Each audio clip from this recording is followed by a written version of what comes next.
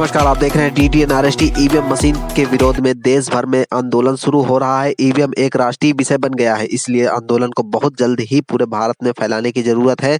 जनता को जगाने की जरूरत नहीं है, जिसे जानना चाहिए वह जाग रहा है।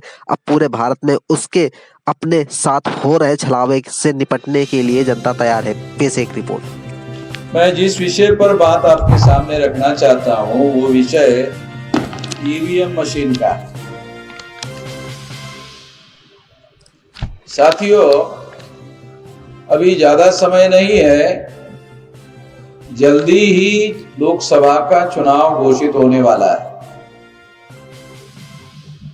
और लोकसभा का चुनाव ईवीएम मशीन के द्वारा करने का इस देश के लोगों ने निर्णय किया और चुनाव जीतने का भी फैसला कर लिया है।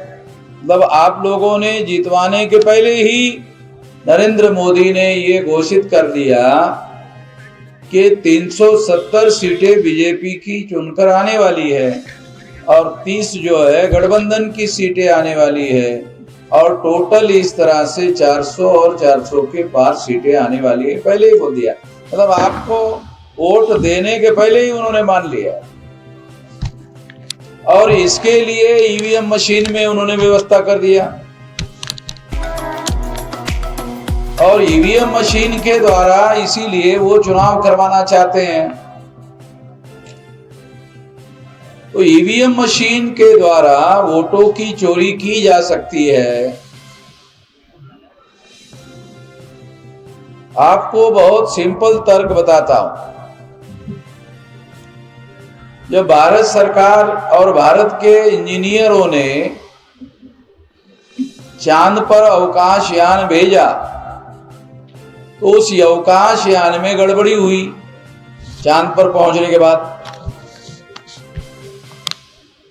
तो बॉम्बे के इंजीनियरों ने कहा कोई बात नहीं, चिंता करने कोई बात नहीं है। बॉम्बे में बैठे बैठे चांद पर जो अवकाश यान गया हुआ है उसको बॉम्बे में बैठे बैठे ही सुधार लेते हैं।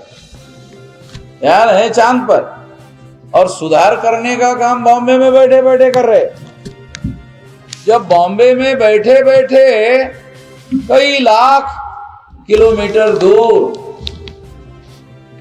चांद पर अवकाशयान है, इसके बावजूद भी बॉम्बे के इंजीनियर उस अवकाशयान में जो गड़बड़ी हुई उसको सुधारने का काम करने का निर्णय किया और कर दिया। इसका मतलब यह है कि इतने दूर जो मशीन है उसके अंदर घुसकर उसको सुधार कर दिया। अब आपके घर से ईवीएम मशीन कितना दूर है? 1 किलोमीटर से ज्यादा नहीं होता है, वो कई लाख किलोमीटर है। और ये जो ईवीएम मशीन है ये आपके घर से 1 किलोमीटर के आसपास होता है। जो लाखों किलोमीटर मशीन में घुसकर जैसा चाहे वैसा सुधार बदलाव कर सकते हैं, तो आपके घर से 1 किलोमीटर अंतर पर ईवीएम मशीन है, उसमें बदलाव क्यों नहीं कर सकते हैं? ईवीएम मशीन में देखो एक टेक्नोलॉजी है, ये टेक्नोलॉजी है और टेक्नोलॉजी के आधार पर एक आदमी एक जगह बैठकर कई देश भर के ईवीएम मशीनों में गड़बड़ी करा सकता है। क्यों? मैन पावर की जरूरत नहीं है, एक आदमी कमांड देकर, क्योंकि पहले से ही जो मशीन बनाई हुई है उनको मालूम है प्रोग्रामिंग करना है और वो प्रोग्रामिंग करने वाले जो इंजीनियर है वो उसी समय करते हैं और इस तरह से ईवीएम में बदलाव करके उसको कमांड देते हैं कि जितने वोट ईवीएम मशीन में गए हैं 50% मोदी के नाम पर देते, वो उधर के उधर 50% मोदी के नाम पर जमा हो जाता है। अकेले 50% मोदी के नाम पर जमा हो गया। अब 50% में 10 पार्टियों को दे दो, चलो पहले जीत ही गया। तो फिर 50% वोट जो हुए वो 10 पार्टियों के नाम, 50% मोदी के नाम। तो ये जो नरेंद्र मोदी है, ये नरेंद्र मोदी नहीं है, फोकेंद्र मोदी है। हे आपल्या इकडच्या गावठी भाषेमध्ये लोक बोलतात ना, काय त्याला फोक्या मारता येतो, तो दररोज टीव्हीवर फोक्या मारत राहतो। नरेंद्र मोदी जो है फोक्या मारत रहते। तो इस तरह से ये ईवीएम में गड़बड़ी करके चुनाव जीतने का काम कर रहे हैं।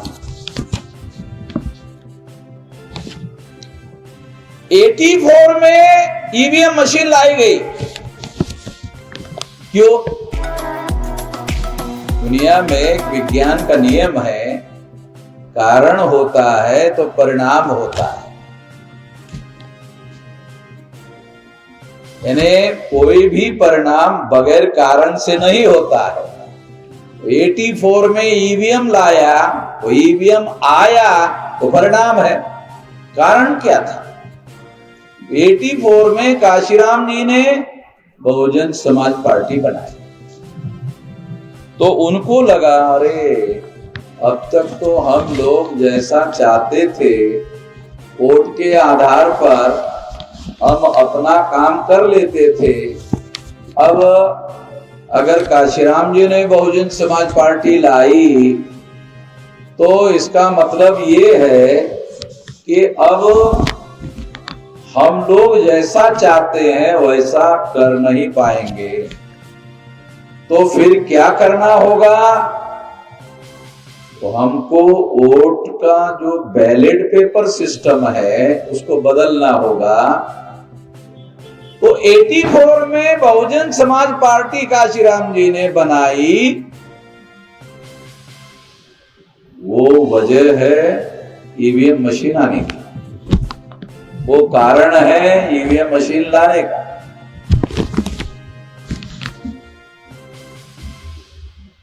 और उसका प्रयोग धीरे धीरे वो करते रहे, और धीरे धीरे करने के बाद 16 साल में उनको ये तजर्बा हुआ कि क्या ईवीएम मशीन में टेक्निकल व्यवस्था करके बड़े पैमाने पर 543 लोकसभा सीटों में चुनाव में बदलाव किया जा सकता है।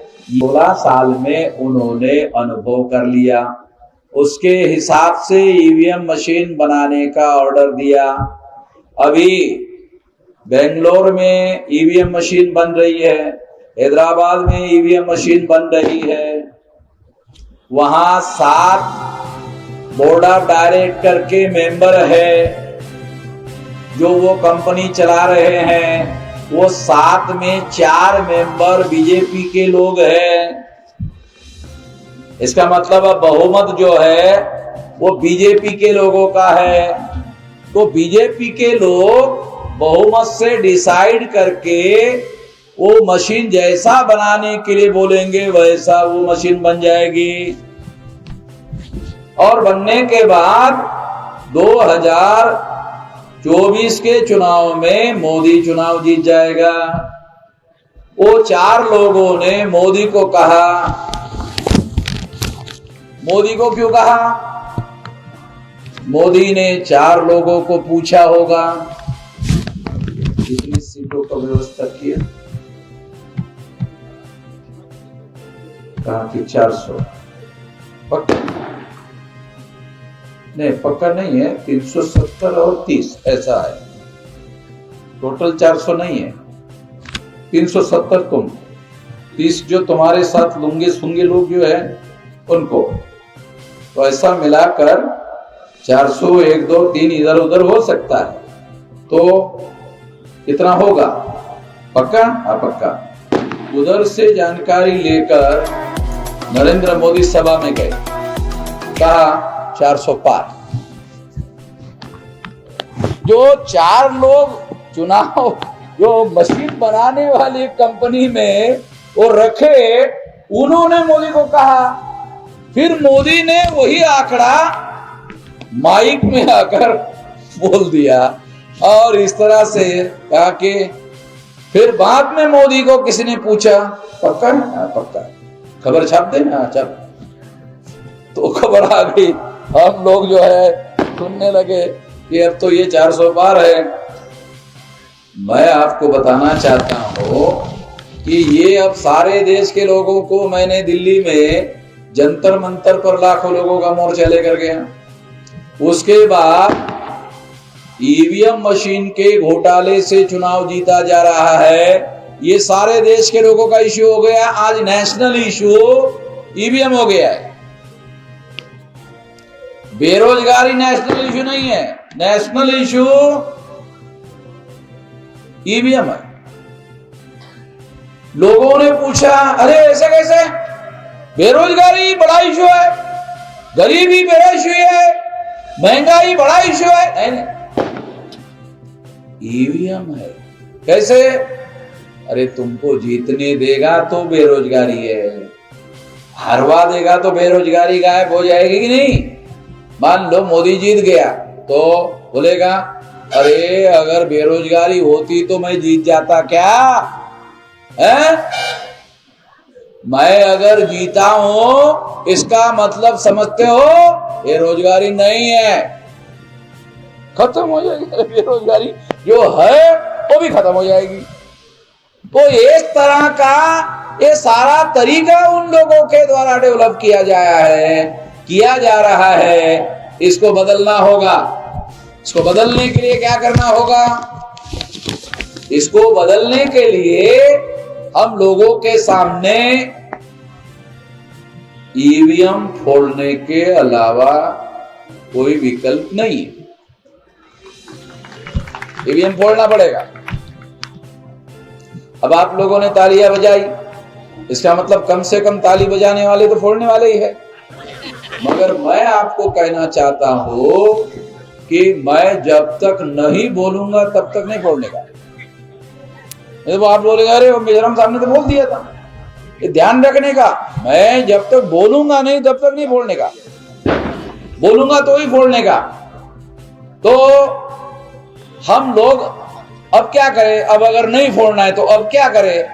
चुनाव तो हो सकता है अप्रैल में, मई में और जून तक हो जाएगा। तो अब क्या करें? तो अब फोड़ने वाली कमेटियां बनाओ। जो लोकतंत्र को बचाने का काम करेगी वो कमेटी बनाओ, जो देश को बचाने का काम करेगी वो कमेटी बनाओ, जो संविधान को बचाने का काम करेगी वो करो। जो लोग संविधान को बचाना चाहते हैं, क्योंकि मैं जहां भी जाता हूं संविधान खतरे में, संविधान खतरे में, संविधान खतरे में, मैं कहता हूं भाई वोट खतरे में है। वोट नहीं बचा पाओगे तो संविधान कहां बचेगा? वोट बचेगा तो बीजेपी बदल जाएगी, वोट नहीं बचेगा तो बीजेपी आ जाएगी। इसका मतलब पहले वोट को बचाना पड़ेगा। वोट को बचाओगे तो संविधान बचा सकते हो। तो वोट को बचाने के लिए क्या करना होगा? ये है सवाल। वोट को बचाने के लिए ईवीएम फोड़ना होगा, और ईवीएम फोड़ने के लिए 12 लाख से लेकर 15 लाख बूथ रहने वाले हैं ये लोकसभा चुनाव में। 12 से लेकर 15, तो हम मानकर चलते 15 लाख बूथ है। तो 15 लाख बूथ में 15 लाख कमेटियां बनानी होगी, और 15 लाख बूथ में 3 लोगों की कमेटी, बहुत ज्यादा नहीं, एक बूथ में 3 लोगों की कमेटी। अगर आप 3 लोगों की कमेटी बनाते हो तो आप बोलेंगे भाई एक ही आदमी, एक ही मशीन, 3 गाय के लिए। अरे एक मशीन फोड़ने के बाद चुनाव आयोग ने दूसरी मशीन लगा दिया तो दूसरी भी फोड़ना पड़ेगा, क्योंकि वो उनके पास, चुनाव आयोग के पास मेरा फोड़ने का मैसेज चला गया। दूसरे दिन मेरा जो फोड़ने का पेज था उसमें उन्होंने लेटर लगा दिया कि ईवीएम में कोई गड़बड़ी नहीं है। मैंने जो फोड़ने वाला पेज पर लिखा तो उसने, चुनाव आयोग ने मेरे पेज के नीचे कि ईवीएम में कोई गड़बड़ी नहीं है ऐसा लिखा। इससे मुझे पता चला कि मेरा फोड़ने का मैसेज चुनाव आयोग को मालूम हो गया। बस मैं यही चाहता था कि मालूम हो जाए। तो चुनाव आयोग को फोड़ने का मैसेज चला गया कि हम फोड़ने वाले हैं। अब 15 लाख का मैसेज भेजना है। 15 लाख लोगों की 3-3 लोगों की कमेटी, 2 आदमी 1 महिला, तो 2 ही आदमी की जरूरत है। एक एडिशनल रखना पड़ता है, कभी आदमी बीमार पड़ जाता है, कुछ हो जाता है, तो इसलिए एक एडिशनल आदमी रखेंगे। 3 आदमी की कमेटी बनाओ। और ऐसा अगर मान लो 15 लाख बूथ पर आप मशीन फोड़ते हो, किसी के ऊपर भी एफआईआर नहीं होगा। 15 लाख लोग अगर मशीन फोड़ते हैं, किसी के ऊपर भी एफआईआर नहीं होगा। क्यों? देखो, फोड़ने की बात मैं कह रहा हूं, फोड़ने की बात मैं कह रहा हूं, वो मैं 31 जनवरी से कह रहा हूं, तो मेरे ऊपर अभी तक एफआईआर नहीं हुआ। मैंने पुलिस को कहा, अरे करो, मेरे को करो, एफआईआर करो, मेरे ऊपर एफआईआर करो, मैं कह रहा हूं करो। बोलते इससे तो आप हीरो बन जाएंगे। गांधी जी महान नहीं थे, वो जेल में जाते जाते ही महान हो गए। आपको भी अगर हम जेल में लेके गए तो आप भी महान हो जाएंगे। गांधी जी ने अंग्रेजों को भगाया था, बाद में आप भी हमको भगा देंगे। खाली संकट है, इसलिए आप बोल रहे हैं, बोलो। तो ईवीएम मशीन फोड़ने वाली बात लीगल नहीं है, इलीगल है।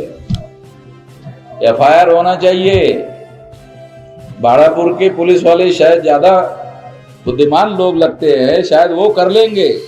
करे, कोई बात नहीं, अच्छी बात है, वो मुझे अरेस्ट कर ले। वैसे सरकार से आदेश नहीं है करने का, क्योंकि मुझे अरेस्ट करने के लिए उधर से सिग्नल जरूर है, तो वो मुझे अरेस्ट नहीं करते हैं। मगर ये इलीगल बात है जो मैं कह रहा हूं, इसी के आधार पर मैं अरेस्ट किया जा सकता हूं। फोड़ो कहना ही गलत है, फिर भी कह रहा हूं। फोड़ो कहना ही इलीगल है, फिर भी कह रहा हूं। क्यों? क्योंकि वो संविधान के विरोध में काम कर रहे, लोकतंत्र के विरोध में काम कर रहे, देश के विरोध में काम कर रहे हैं। वो तो बहुत बड़ा काम कर रहे हैं, भयंकर काम कर रहे हैं। मैं तो ईवीएम फोड़ने की बात कर रहा हूं, वो तो देश के विरोध में षड्यंत्र कर रहे हैं। अगर वो देश के विरोध में कर रहे हैं तो देशद्रोह का काम कर रहे हैं। मैं कोई देशद्रोह का काम नहीं कर रहा हूं। मुझे मालूम है कि पीपल्स रिप्रेजेंटेटिव एक्ट में 2-3 साल से 6 महीने से लेकर 2-3 साल से ज्यादा सजा का प्रावधान नहीं है। मगर मैं कहता हूं कि मैं तो जेल में जाने के लिए तैयार हूं, चाहे जितने लेके जाते हो। तो अगर वो मुझे लेकर गए तो ये आंदोलन सारे देश भर में बहुत कम समय में फैल जाएगा। तो मैं चाहता हूं कि जल्दी फैल जाए, चुनाव के पहले मुझे अरेस्ट ही नहीं कर रहे।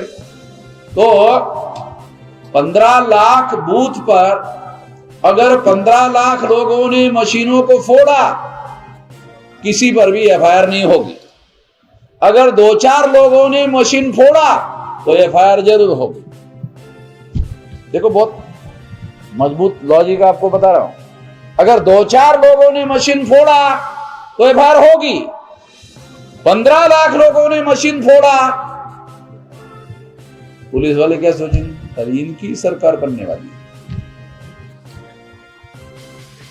15 लाख फोड़ते तो इसका मतलब सरकार इनकी बनने वाली है।